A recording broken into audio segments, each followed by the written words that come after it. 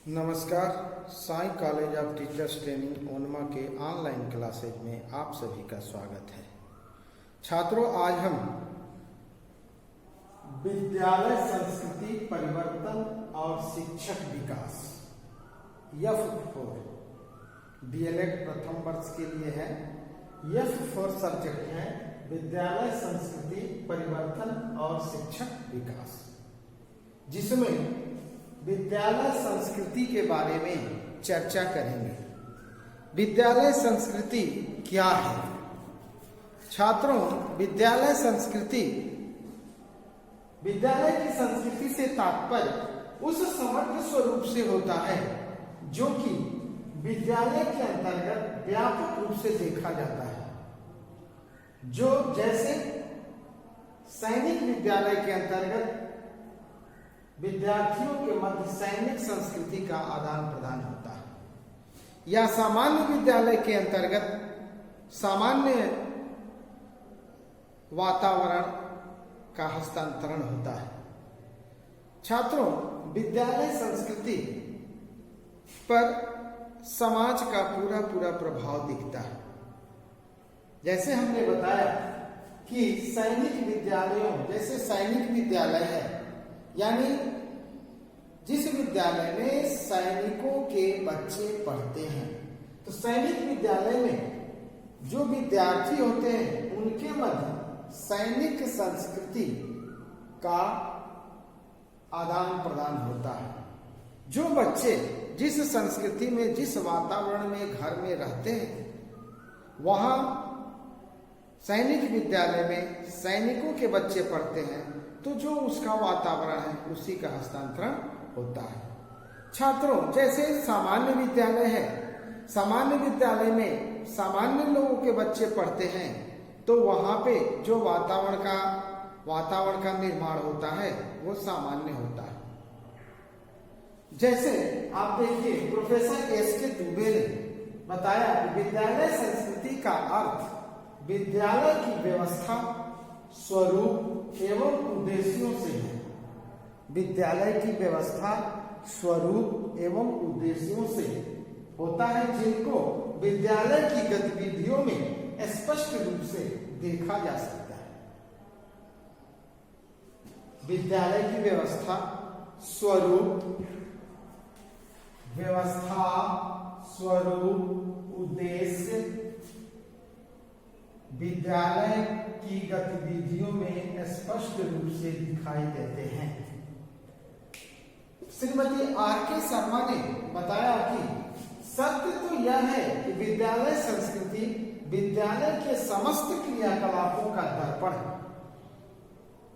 विद्यालय संस्कृति विद्यालय की समस्त क्रियाकलापों का दर्पण होता है छात्रों, जिसमें विद्यालय के उद्देश्य प्रबंधन, व्यवस्था एवं क्रियाकलापों को सम्मिलित किया जाता है।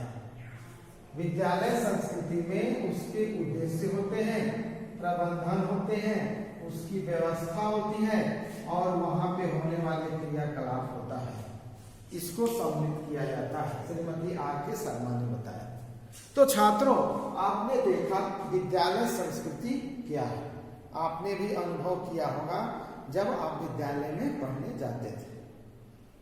जैसा समाज होता है, जैसे समाज के बच्चे, जिस प्रकार के समाज से उठ के बच्चे विद्यालय में आते हैं, उसी तरह का माहौल वहां पे होता है और शिक्षकों के द्वारा उसी में मॉडिफाई करके अच्छा से अच्छा माहौल का निर्माण किया जाता है।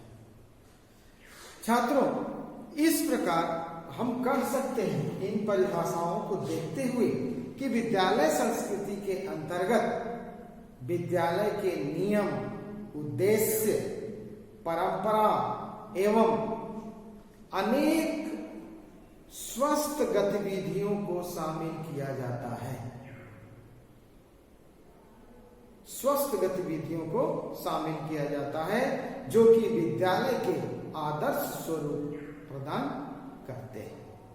ये संस्कृति जो आदर्श संस्कृति है, ये संस्कृति अध्यापक तथा विद्यार्थियों, अध्यापक तथा विद्यार्थियों को एक दूसरे के द्वारा प्रदान की जाती है। अर्थात पुराने विद्यार्थी नवीन छात्रों को इस संस्कृति का हस्तांतरण करते हैं।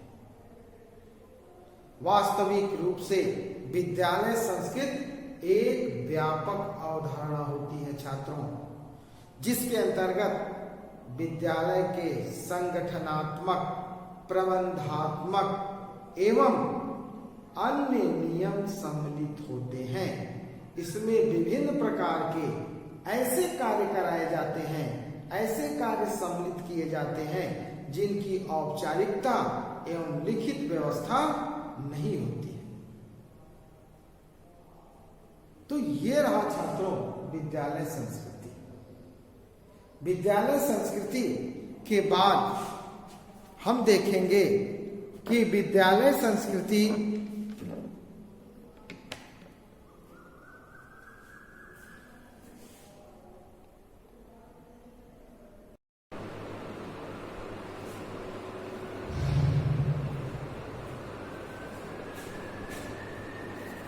छात्रों, अब हम चर्चा करेंगे विद्यालय के संगठनात्मक पक्ष। विद्यालय के संगठनात्मक पक्ष के बारे में चर्चा करेंगे। छात्रों, विद्यालय के संगठन पक्ष के अंतर्गत भौतिक एवं मानवीय तत्वों का समावेश होता है। इसमें भौतिक तत्व एवं मानवीय तत्वों का समावेश होता है। भौतिक तत्व एवं मानवीय तत्वों का समावेश होता है। यदि किसी विद्यालय की नींव रखनी होती है तो उसके लिए जगह, वातावरण, जल, भवन, फर्नीचर, शैक्षिक साज सज्जा इत्यादि,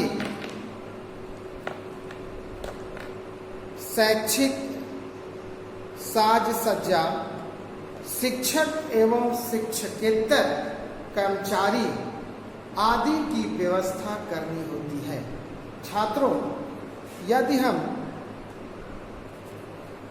शैक्षिक विद्यालय संगठन की बात करते हैं तो हमको उसमें क्या क्या आवश्यकता होती है? पहले तो जगह की आवश्यकता होती है, फिर वातावरण की आवश्यकता होती है, फिर जल, भवन, फर्नीचर, शैक्षिक, फिर साज सज्जा, शिक्षक एवं शिक्षकेतर कर्मचारी की आवश्यकता होती है। इसकी व्यवस्था करनी पड़ती है। किसी भी उद्देश्य की प्राप्ति के लिए हमें लक्ष्य को ध्यान में रखकर एक समग्र योजना बनानी पड़ती है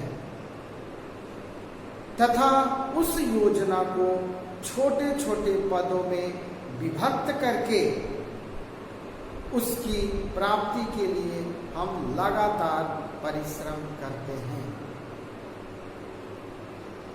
तो छात्रों, विद्यालय के संगठनात्मक पक्ष में हम कह सकते हैं कि विद्यालय संगठन वह संरचना है जिसमें शिक्षक, छात्र,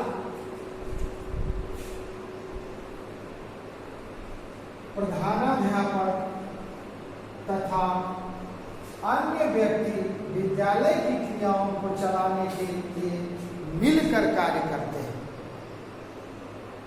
एवं निर्धारित शैक्षिक उद्देश्यों की प्राप्ति के लिए समस्त उपलब्ध जो हमारा निर्धारित शैक्षिक उद्देश्य है, इसकी प्राप्ति के लिए समस्त उपलब्ध भौतिक एवं मानवीय तत्वों को समुचित इंतजाम करना विद्यालय संगठन का कार्य कहलाता है।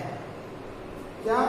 समस्त उपलब्ध भौतिक एवं मानवीय तत्वों को, जैसे हमने बताया भौतिक तत्व में जैसे जल हो गया, भवन हो गया, फर्नीचर हो गया, वातावरण हो गया, जगह हो गया, और मानवीय तत्वों में शिक्षक हो गए, शिक्षकेतर कर्मचारी हो गए, या अन्य बहुत सारे कर्मचारी होते हैं, बहुत सारी चीज़ें होती हैं जो कि विद्यालय के संगठन में विद्यालय को चलाने में सहायक होती हैं। इन सारी चीज़ों को हमें सबसे पहले इंतजाम करना पड़ता है। तो छात्रों, विद्यालय संगठन के अंतर्गत न केवल उचित व्यवस्था ही आती है, बल्कि विभिन्न विद्यालय तत्वों के बीच समन्वय स्थापित करना भी इसमें सम्मिलित होता है।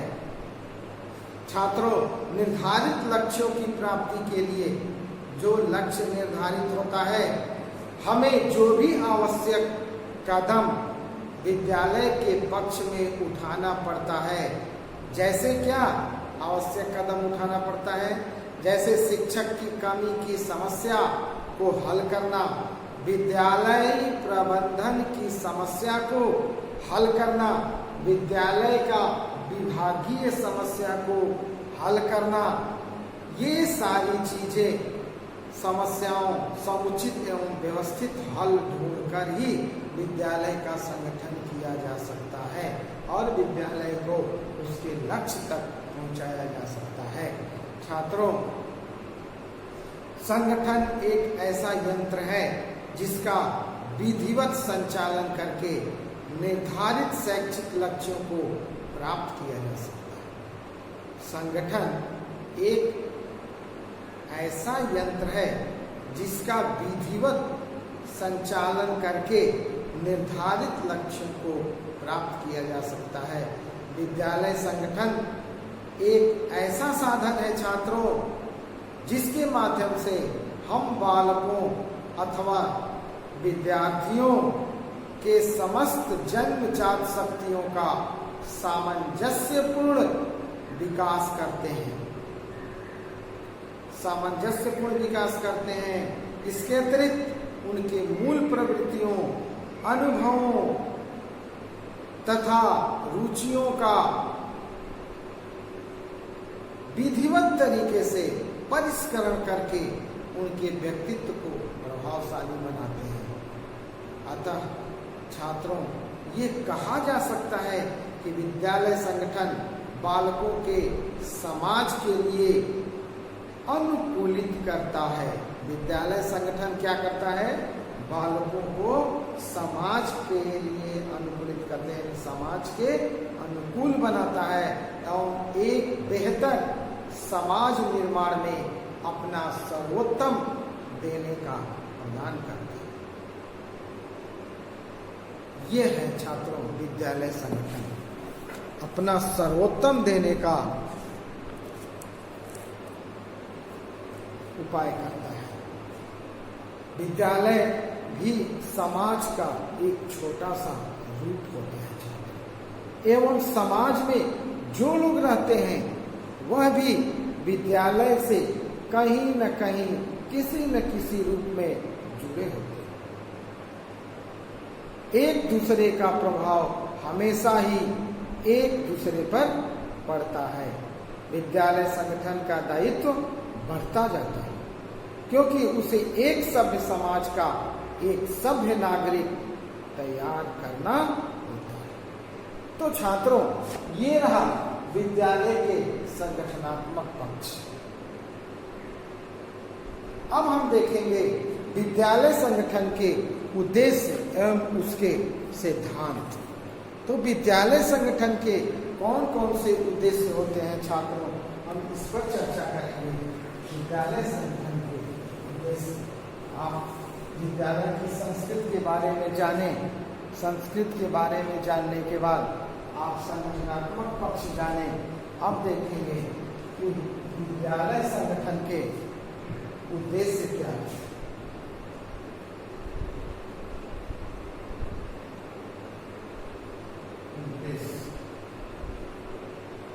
छात्रों, विद्यालय संगठन या विद्यालय की स्थापना का मुख्य ध्येय क्या होता है? बालक का सर्वांगीण विकास करना। विद्यालय का मुख्य उद्देश्य क्या होता है? बालक का सर्वांगीण विकास करना।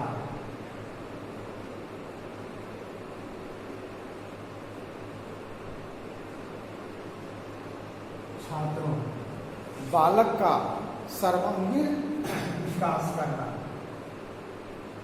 तो सर्वांगीण विकास कैसे होता है? जब हम विद्यालय में समस्त प्रकार के, विभिन्न प्रकार के, सभी प्रकार के संसाधन रखेंगे। तो छात्रों, विद्यालय संगठन का उद्देश्य भी इसी लक्ष्य की प्राप्ति का होता है। क्या? कौन सा लक्ष्य? बालक का सर्वांगीण विकास करना। इसी लक्ष्य की प्राप्ति में सक्रिय सहयोग प्रदान करना होना चाहिए। विद्यालय संगठन का उद्देश्य बालकों को ऐसा अवसर प्रदान करना होता है जिनमें उनकी समस्त जन्मजात शक्तियों का सामंजस्यपूर्ण विकास संभव हो। इसके लिए उनकी मूल प्रवृत्तियों का उपयोग एवं शोधन तथा रुचियों का स्वस्थ प्रकाशन एवं परिष्करण करने की व्यवस्था यह करना चाहिए। बालक के जो संपूर्ण व्यक्तित्व है, व्यक्तित्व का जो संतुलित विकास करने की दृष्टि से विद्यालय संगठन का ध्येय उसके शारीरिक, मानसिक, चारित्रिक एवं सामाजिक गुणों का विकास करते हुए उसे इस योग्य बनाना है कि वह अपने आने वाले जीवन में अपने दायित्वों का निर्वाह सफलतापूर्वक कर सके। तो छात्रों, बालक का सर्वांगीण विकास में सामाजिक विकास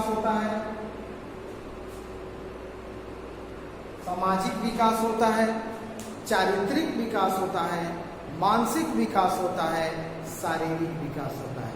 ये अगर सभी विकास की व्यवस्था विद्यालय में है तो उस विद्यालय के छात्रों का सर्वांगीण विकास होना ही होना है।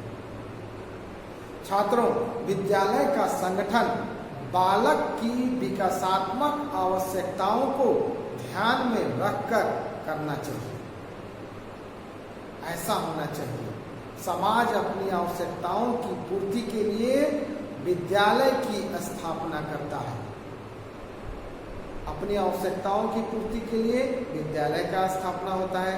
विद्यालय मानव जाति की अनुपम उपलब्धियों को संजो कर रखता है तथा उन्हें भावी संतति को विरासत के रूप में प्रदान करता है। इस प्रकार विद्यालय संगठन का उद्देश्य बालकों को इस प्रकार से शिक्षित करना है कि वे समाज के आदर्श, विद्यालय संगठन का उद्देश्य बालकों को इस प्रकार से शिक्षित करना होना चाहिए कि वे समाज के आदर्शों, मान्यताओं, विश्वासों एवं मूल्यों को की रक्षा कर सके।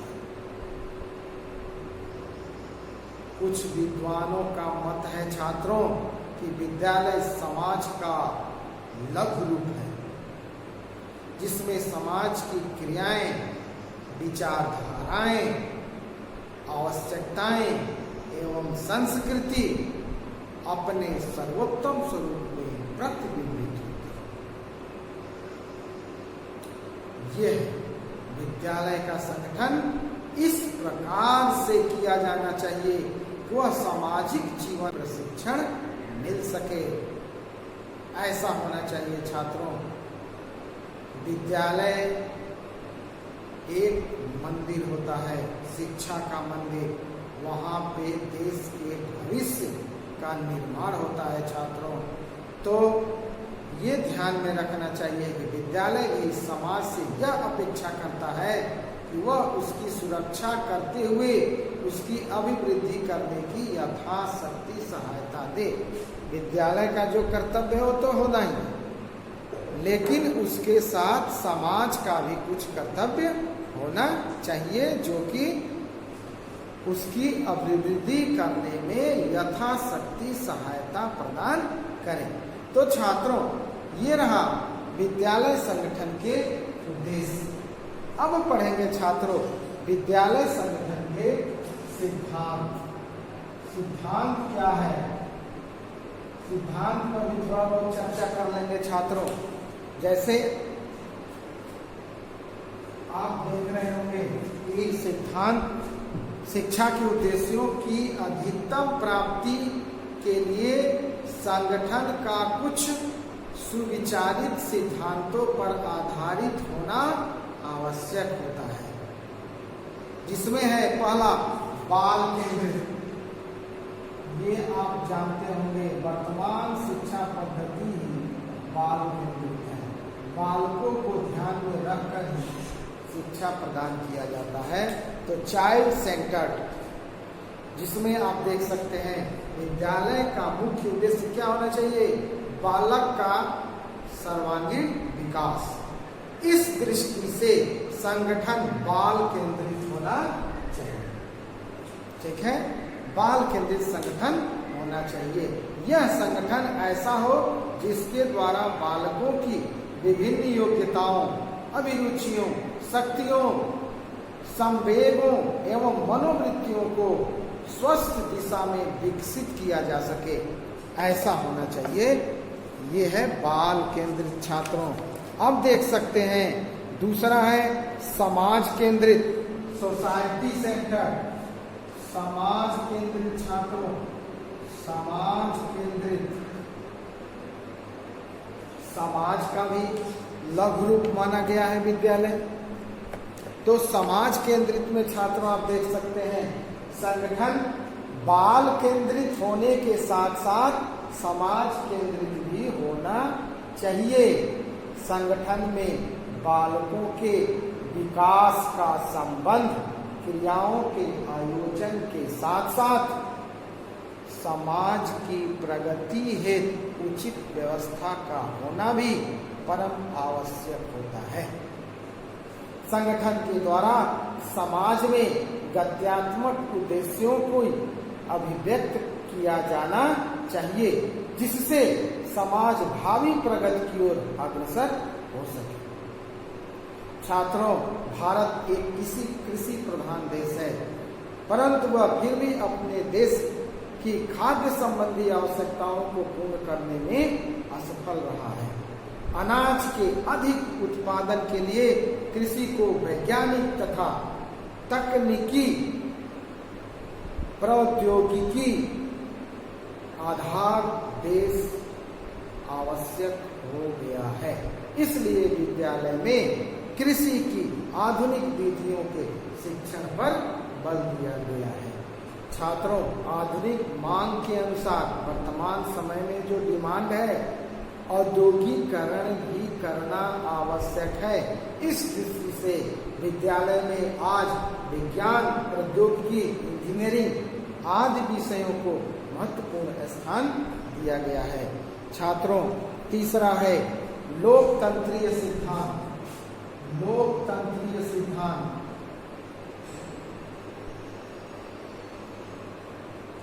छात्रों, लोकतंत्रीय सिद्धांत के अंतर्गत हम देख सकते हैं कि जनतंत्र की सफलता, लोकतंत्र की सफलता हमारे विद्यालय पर निर्भर है। ये विद्यालय ही जनतंत्र के स्तंभ होते हैं, अर्थात भावी नागरिक का निर्माण करते हैं। बालकों में आदर्श नागरिकों के गुणों का विकास विद्यालय की व्यवस्था, क्रियाकलाप एवं परंपराओं के माध्यम से किया जाना चाहिए।